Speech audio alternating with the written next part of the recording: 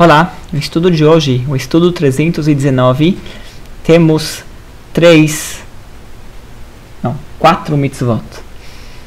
Primeiro, a proibição 280, que não podemos desviar da justiça o julgamento de um ger, de um convertido, ou de um órfão.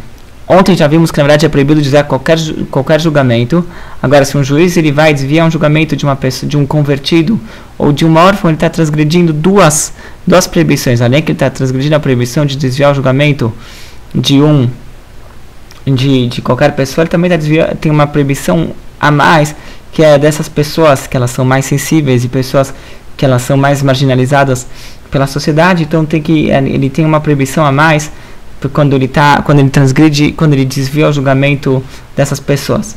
Depois temos o mandamento positivo 177, que os juízes eles devem igualar entre os dois lados. Se duas pessoas vêm para uma disputa, vêm para um julgamento, então daí nós temos que dar um tratamento igual para ambos.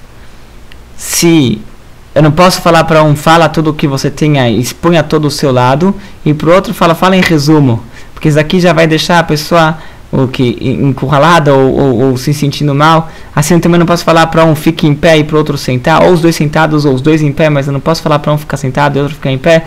Os dois têm que estar perante o juiz como iguais. A Mishnah em Avot fala, quando os dois chegam na tua frente, você tem que olhar como os dois fossem perversos. Lá ele está falando em relação a como ele tem que ser cuidadoso em analisar as provas, mas eu tenho que olhar os dois como culpados, os dois como perversos, os dois como que tem que ser julgados, e os dois nenhum tem o mérito. E daí eu deixo cada um falar, eu deixo cada um expor, daí eu faço o julgamento. O julgamento, então, ele tem que colocar os dois, igualar os dois. Isso aqui a gente aprende do verso que está escrito Betzedek Tishpot Amitecha, com justiça você vai julgar o seu semelhante. Tem que ser com justiça. E desse versículo a gente também aprende outras coisas que o Maimônides menciona cá. Ele menciona que uma pessoa, geralmente para ter a gente já estudamos antes que um tribunal tem que ser composto com 3 juízes, no mínimo de 3 juízes, um tribunal simples.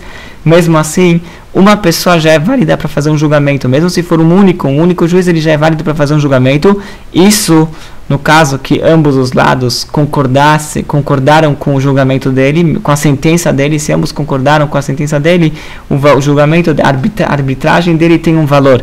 Ele não pode impor o seu julgamento sobre os lados. Se os dois aceitaram que ele arbitre a disputa, ele é válido isso daqui. Isso aqui na verdade é uma discussão no Talmud, se uma pessoa ele pode fazer um julgamento ou não, e a conclusão, pelo menos de acordo com o Maimônides, é que um pode fazer o julgamento desde que ambos os lados aceitem o seu julgamento e a sua arbitragem.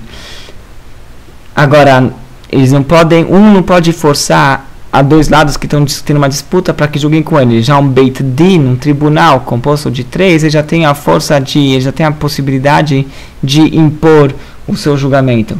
Depois temos mais uma coisa que aprendemos também desse versículo, ainda nesse mandamento 177, é que quando julgamos uma pessoa, principalmente quando não estamos julgando para sentenciar, dar uma sentença final, a gente tem que sempre procurar um mérito para a pessoa. Quando eu vejo alguém que está tendo uma atitude, um comportamento, e eu vou eu vou conjurar, julgar aquela pessoa, eu tenho que sempre julgar favoravelmente, encontrar um mérito e talvez um pretexto, validando e dando valor para aquela pessoa antes de condená-lo.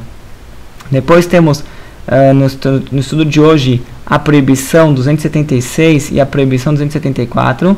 A 276 é que um juiz ele não pode temer alguém forte ou alguém mau, alguém que ele tem medo de uma vingança. O juiz, quando ele vai se julgar um caso, ele não pode ver o caso, receber os dois lados, receber o julgamento na frente dele, e daí ele se dá conta que ele não quer julgar por causa que o culpado é uma pessoa que vai criar problemas e que talvez vai se vingar do juiz. Ele não pode ter medo de julgar. Se eu não me engano, a lei é que antes de começar o julgamento, antes de receber os dois lados, ele pode falar, não julgo esse caso. Se duas pessoas vêm na frente dele, olha, julga pra gente, ele conhece que um deles é um troublemaker, uma pessoa que vai causar problemas, ele pode falar, não, eu estou por fora, eu não quero me envolver com esse caso. Agora, se ele já começou a escutar os argumentos, se ele já escutou os argumentos de cada lado, ele não pode se colocar para fora, ele tem que ir até o final e julgar esse julgamento sem temer qualquer um. Depois temos a proibição 274, que é o óbvio, que ele não pode pegar suborno, mesmo se for para julgar um julgamento verdadeiro. O Talmud conta a seguinte história, se não me engano, não foi o Talmud, mas tem uma seguinte história, que uma vez um sábio, ele tinha um julgamento na frente dele, e um juiz, ele recebeu um julgamento, e ele estava incomodado, que ele estava sempre vendo, tipo, na cabeça dele estava sempre sendo levado para o mérito de uma pessoa contra o outro. Ele estava favorecendo um dos lados da disputa. Ele não estava entendendo por quê. Ele queria um pouquinho de tempo para pensar. Então ele falou para os dois lados que ele estava julgando: eu preciso sair lá fora um pouco para respirar um ar puro e pensar no caso.